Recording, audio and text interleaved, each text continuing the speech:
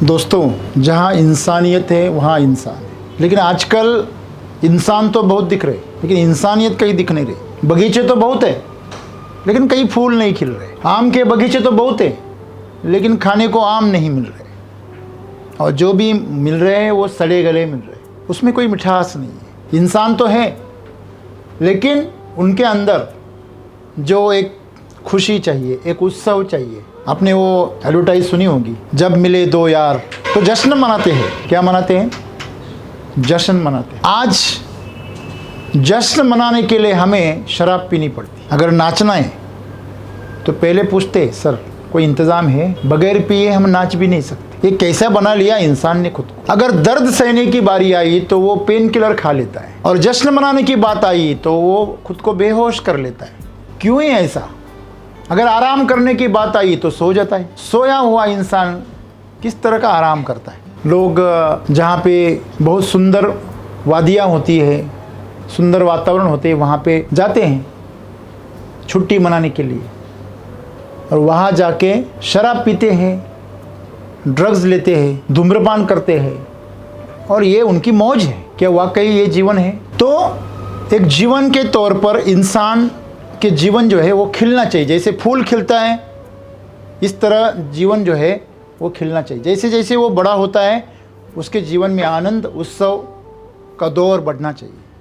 लेकिन होता बिल्कुल उल्टा है।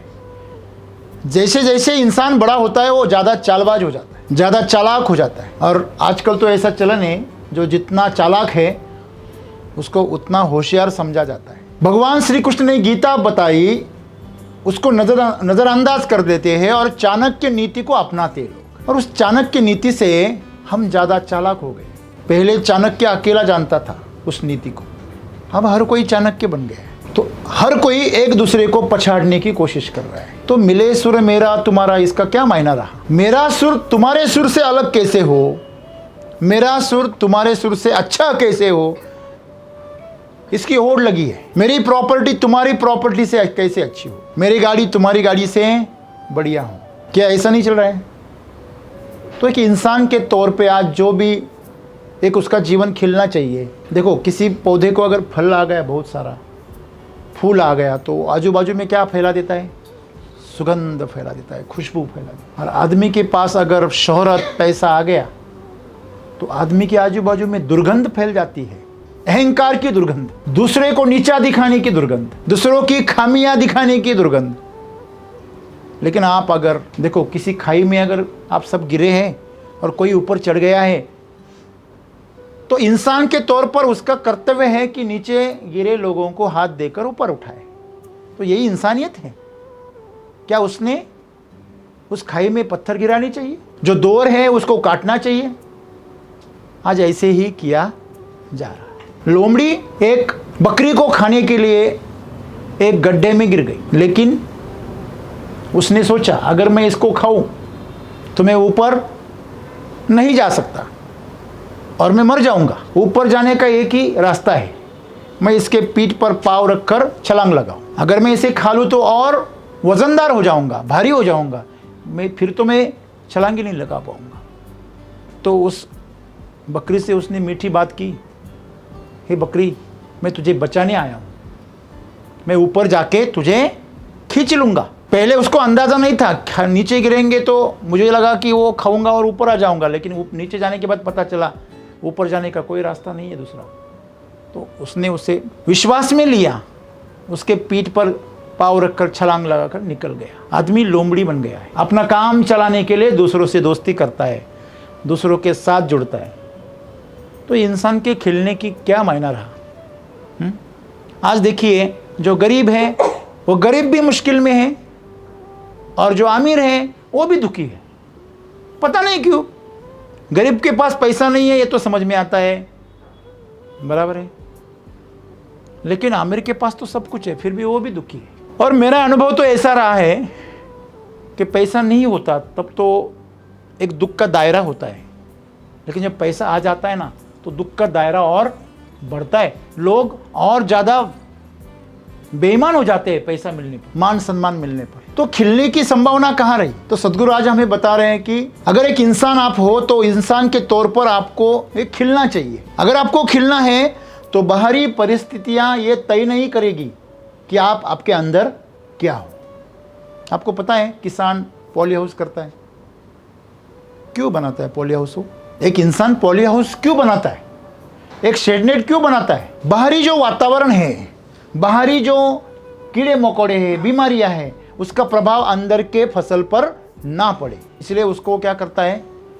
एटमॉस्फेयर को वो कंट्रोल करता है, उसके अंदर के मौसम को वो नियंत्रित करता है। इजराइल में बाहरी वातावरण खेती के लिए अनुकूल नहीं है, नीचे मिट्टी भी नहीं है, इसलिए उन्हें मौसम को कंट्रोल करके खेती करनी पड़ती है। इसलिए वहाँ पॉली हाउस का चलन है। मल्टी लेयर फार्मिंग हो, हाइड्रोपोनिक फार्मिंग हो, पानी के ऊपर पौधे लगाना हाइड्रोपोनिक फार्मिंग है।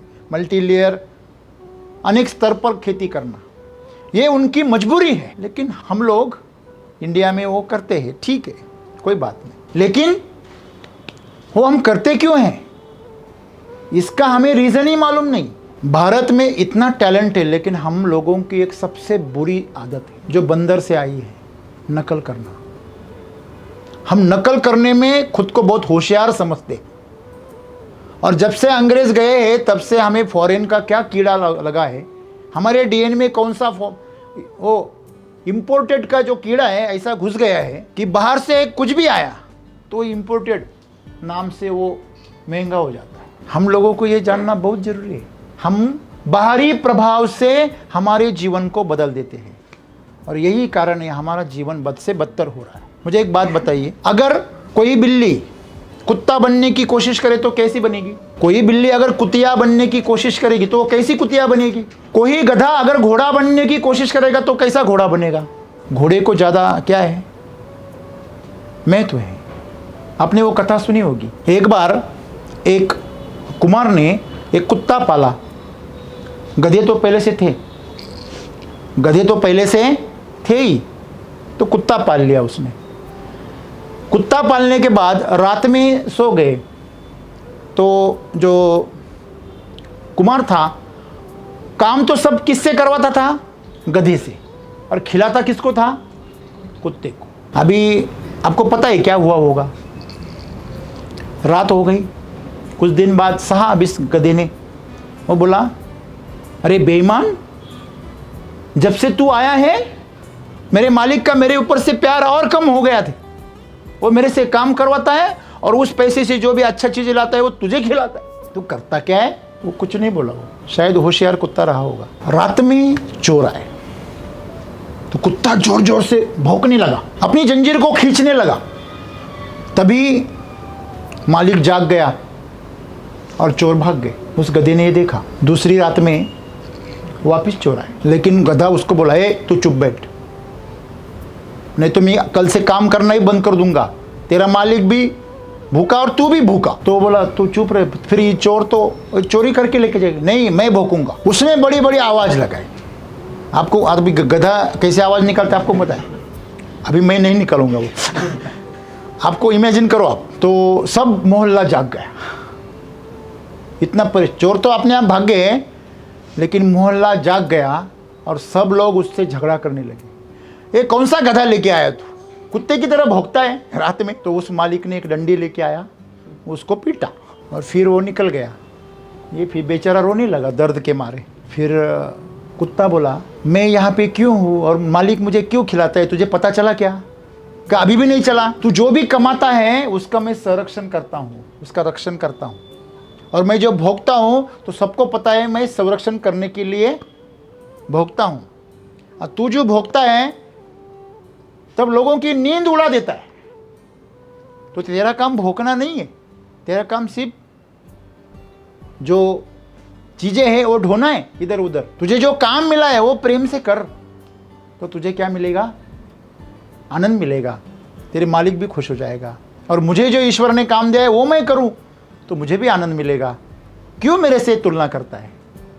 क्यों बकवास की नकल करता है? दोस्तों, आज दुनिया में यही हो रहा है। सब इंसान एक दूसरे की क्या कर रहे हैं? नकल कर रहे हैं। नकल करने से मुश्किल ये हो रही है कि वो असली क्या है वो भी पता नहीं चल रहा। पैसे कमाने के लोग भ्रष्टाचार की नकल करते, कंपनियों के प्रोडक्ट की नकल करते, लोग वैसा दिखाने की कोशिश करते। आजकल तो जो मिमिक्री करने वाले वो भी अभी फेमस होने लगे। जो ओरिजिनल कलाकार होता है वो ज़्यादा फेमस नहीं होता, मिमिक्री करने वाला ज़्यादा फेमस होता है, क्योंकि लोगों की जो रस है वो नकल में है, असल में नहीं है। क्योंकि वो खुद को उसने कैसे बना लिया है, नकली बना लिया है। देखो, आप अगर समाज ने खुद को नकली बना लिया और नकली चीज़ों के पीछे समाज अगर भागने लगा तो वो असली जीवन का आनंद कभी नहीं ले सकता। जब मैं विजिट पे गया था तो एक सरपंच मुझे मिला, और सरपंच मुझे मिलने के बाद वो बोला कि सर मैं ऐसे अंगूर करता हूँ, वैसे अंगूर उगाता हूँ, ऐसे बनाता हूँ। मैं बोला आप तो केमिकल से बनाते हैं। बोले उससे क्या फ़र्क पड़ता है, पैसे तो मिलता है। लेकिन उसको बोला मैं, उसकी इज्जत तो ख़त्म हो गई ना। अंगूर की इज्जत क्या हो गई, ख़त्म हो गई, असली नहीं रहा हो। तो एक दिन ऐसा आएगा कि अंगूर को कोई नहीं पूछेगा। वो बोला तब देखा जाएगा। मैंने बोला आजकल क्या हो गया है, सोने को कोई पूछता नहीं, बेंटेक्स का ज़माना आ गया। वो बोला कि सोना हो या बेंटेक्स हो, पहनने से कुछ थोड़ी पता चलता है। मैंने बोला अगर आप जैसे लीडर्स अगर ऐसे सोचने लगे तो दुनिया में बेंटेक्स की भरमार हो जाएगी, और वही हो रहा है। जब आदमी बेंटेक्स के पीछे भागने लगेगा तो सोने को गंवा देगा। फिर लोग क्या करेंगे, सोने को पिघला देंगे और उसका जो रस है वो दूसरे धातुओं पे लगा के सोना होने का एक भास निर्माण करेंगे। और ऐसा ही आजकल हो रहा है। आप ऊपर से तो मनुष्य दिख रहे, लेकिन अंदर से पूरे शैतान है। आपको अगर किसी के शैतानी को पता चलाना है तो उसके हाथ में पावर्स दे दो, पैसा दे दो, आपको पता चलेगा वो कितना बड़ा कमीना है। उसके हाथ में बस क्या दे दो, पावर्स दे दो। तो सदगुरु आज हमें यही बता रहे कि आज हमारा जीवन जो है पूरी तरह बाहर से प्रभावित है। किसी आईसीयू में अगर हमें किसी पेशेंट को एडमिट किया तो आईसीयू में क्यों करते हैं, इंटेंसिव केयर यूनिट उसको बोलते हैं, अति दक्षता विभाग। क्यों? क्योंकि वहां का जो माहौल होता है वो नियंत्रित होता है, बाहर के माहौल का उसको कोई असर नहीं होता। यही सदगुरु आज हमें बता रहा है। अगर आप आपके जीवन के बारे में अंदर झांकने की कोशिश करेंगे तो आपको आपकी असलियत का पता चलेगा। जब तक आप बाहर की दुनिया से प्रभावित होकर जीवन जी रहे तो आपका जीवन जीवन नहीं है, ये तो कंपल्सिव मूवमेंट है। जैसे हम रिमोट कंट्रोल से किसी चीज़ को चलाते हैं, वैसे ये समाज आपको चला रहा है। समाज ने बोला अरे पैसा महत्वपूर्ण है, आप पैसे के पीछे भाग रहे हैं। समाज ने बोला प्रतिष्ठा इंपॉर्टेंट है, आप प्रतिष्ठा के पीछे भाग रहे हैं। आजकल देखो लोग खुद, किसान खुद बोलते हैं किसान के लड़के को कोई लड़की नहीं देता। कौन बोलता है? किसान खुद बोलता है। और उसके पास लड़की है वो भी नहीं देता। वो हम बोलते हैं कि हमारे भारत में सबसे ज़्यादा कौन है? किसान। 65% से ज़्यादा अगर किसान है, और वही किसान अगर किसान को लड़की देने के लिए मना करे तो क्या करें? एक मीटिंग में किसान के साथ मेला हो रहा था, राजस्थान से कुछ लोग आए हुए थे। तो वहाँ पे जो किसान आए थे उन्होंने मुझे सवाल क्या पूछा? उन्होंने मुझे सवाल पूछा, सर आप उनसे पूछिए राजस्थान के लोगों से, वहाँ किसान को कोई लड़की देता है क्या? और देते होगे तो हम वहाँ से लेके आएंगे। इतने बद से बदतर हालात किसने बनाए? हम बाहरी चीज़ों से प्रभावित है क्या? हम हमारे लड़की को बोलते नहीं तुझे नौकरी वाला ही चाहिए। फिर लोग भी बहुत होशियार हो गए, जब शादी करानी होती ना वो शहर में भेज देते, बच्चा कहाँ है? और सर्विस में है, वहाँ क्या है पता नहीं है। हाँ? फिर जब तक उसकी शादी हो जाती है और 2-3 महीना वो शहर में रहता है और फिर बोल जाता है कंपनी बंद हो गई, और ये कंपनी गांव में चली जाती है। ऐसे लोग हो गए। ऐसे लोग क्यों पैदा हो गए? क्योंकि हमने बाहर से प्रभावित होकर जीने के शैली को अपना लिया। आज फॉरेनर कंपनियां हमें क्यों लूट रही है? क्योंकि हमने उनकी जीवन शैली को अपनाया और हमारी खुद की जीवन शैली को हमने क्या कर दिया? भुला दिया। तो यही हाल है कि आज इंसान सुखी नहीं है, नहीं रह सकता। आप गर्मी में रहने वाले किसी प्राणी को आप एसी में बिठा दो तो वो मर जाएगा सिकुड़कर, और ठंडी में रहने वाले प्राणी को आप अगर गर्मी में बिठा दोगे तो वो मर जाएगा। अपना अपना माहौल है, प्रकृति है उसकी। तो आप जो है जैसे हो वैसे रहो। मैं गुजरात गया था अभी, तो गुजरात में आधे गुजरात में तो आपको गुजराती थाली नहीं मिलेगी, पंजाबी डिश मिलेगी। मैं बोला ये क्या है? वो बोले ये गुजराती थाली खा खा के अभी कंटाल गए। बोले अंदर ही गुजरात में आपको मिलेगी, सौराष्ट्र में, कच्छ में। तो ये जो लोग गुजराती हैं वो जब बाहर जाते हैं ना महाराष्ट्र में, तो वहाँ जाके पूछते गुजराती थाली है क्या? ये क्या पागलपन है। मैंने बोला उनको, मैं 7 साल पहले आया था गुजरात में, तब मैं गुजराती प्योर 1 मिनट में पहचान लेता था। अभी मेरे को मुश्किल हो रही है, ये महाराष्ट्रियन है कि गुजराती है भैया, ये समझ में नहीं आता है। खान पान पूरा, रहन सहन पूरा बदल गया, प्रभावित हो गया, दूसरों का देख देख के बदल दिया। देखो गांव वाले सभी अभी किसको फॉलो कर रहे हैं? शहर वालों को। और शहर वाले क्या कर रहे हैं? जो गांव की जो परंपरा है वो फॉलो कर रहे हैं। वो जो गांव में थे ना, वो जब हम फॉलो करते थे ना, फिर सब उत्सव मनाते हैं, सब सन मनाते हैं, त्यौहार मनाते हैं ना, इधर उतने गांव में नहीं मनाते। उनको पैसा कमाने के लिए खेत में ही इतना टाइम जाता है कि त्यौहार भूल ही गए। तो समझ लीजिए आप, जीवन जो है बाहरी परिस्थितियां तय कर रही है कि आपको कैसे जीना है, कोई और तय कर रहा है। और ये जीवन जीने का सबसे घटिया तरीका है। हमें सिखाया गया है सूखी रोटी खाओ, मौज से रहो। सही बात है। वो गुजरात में जाओ तो गुजराती खाना खाओ, साउथ इंडिया में जाओ तो साउथ इंडियन खाना खाओ, महाराष्ट्र में आओ तो महाराष्ट्रियन खाना खाओ, जहां जाओ वैसा बन जाओ। यही जीवन का आनंद है। आप जब इधर जाओ गुजरात में तो उनकी जो थाली बिली, वो सब्जियां, वो सब ऐसे। तो जीवन में आपको जो भी मिला है, जिस भी पद पर, जिस भी जिम्मेदारी पर आप जी रहे हो, उस जिम्मेदारी के साथ में जीना सीखो। और अपने अंदर की आवाज़ क्या कह रही है उसको सुनो। हमने हमारे अंदर की आवाज़ को दबा दिया है, और अंदर की आवाज़ को दबा दबा के अभी वो उठती भी नहीं। हम चाहते हैं और अंदर से कोई आवाज़ आ रही क्या? आँख बंद करते हैं ना, तो बाहरी शोर सुनाई देता है, यादों क्या जाल सामने आ जाता है।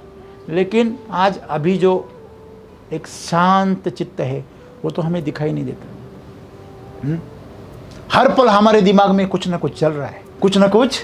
तो यही जीवन की मुश्किलता है। हमारे भीतर क्या हो रहा है ये अगर आप पता करेंगे तो आपको जीवन की सही दिशा मिलेगी। और हमारे अंदर एक ही चीज़ है, वो है हमारी ऊर्जा, हमारी चेतना, हमारा जीवन।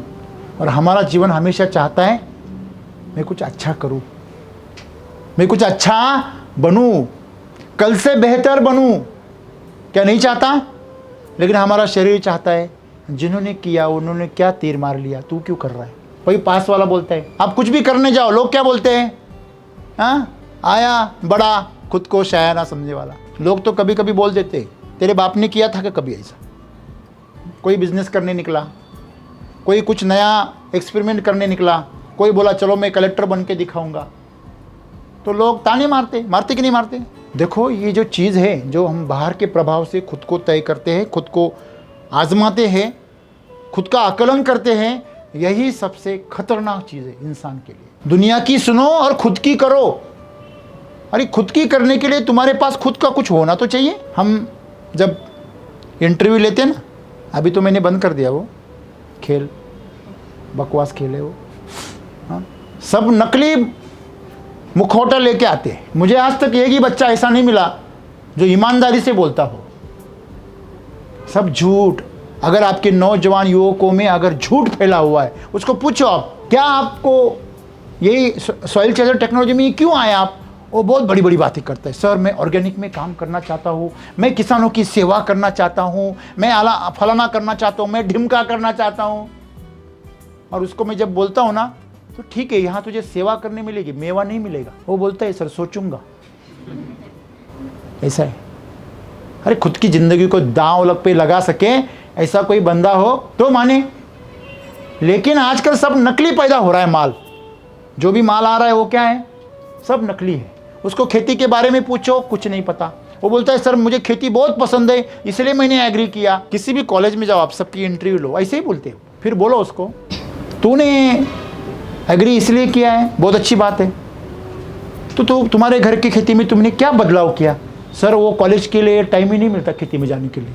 वो बोलता है कि जीने के चक्कर में मैंने सांस लेना ही भूल गया मैं, ऐसे कहने जैसा है वो। अरे तुझे अरे खेती से प्यार है, तू रात में जाएगा, छुट्टी में जाएगा, भाग के जाएगा, लेकिन उसमें काम करेगा, उसमें जांचेगा क्या है, क्या उसका मजा लेगा। लेकिन तू क्या क्या कर रहा है, तू शिकायत कर रहा है, तू उसके रीजंस बता रहा है कि क्यों नहीं मैं जा सका। अगर सच में तुझसे तेरे अंदर से प्यार है तो तू टालेगा नहीं। अगर कोई लड़का किसी लड़की से प्यार करता हो तो उसने अगर बुलाया तो ये कभी बोलता है मुझे टाइम नहीं है? कभी देखा है आपने? आप करके देखिए, एक्सपेरिमेंट करके देखिए, कभी नहीं बोलेगा। क्यों? क्योंकि प्रकृति ने वो अंदर से क्या बनाई है, चाह बनाई है। तो हमें ये सीखना है, अगर हमें उन्नति करनी है तो हमारे अंदर की आवाज़ को हमें क्या करना है, सुनना है।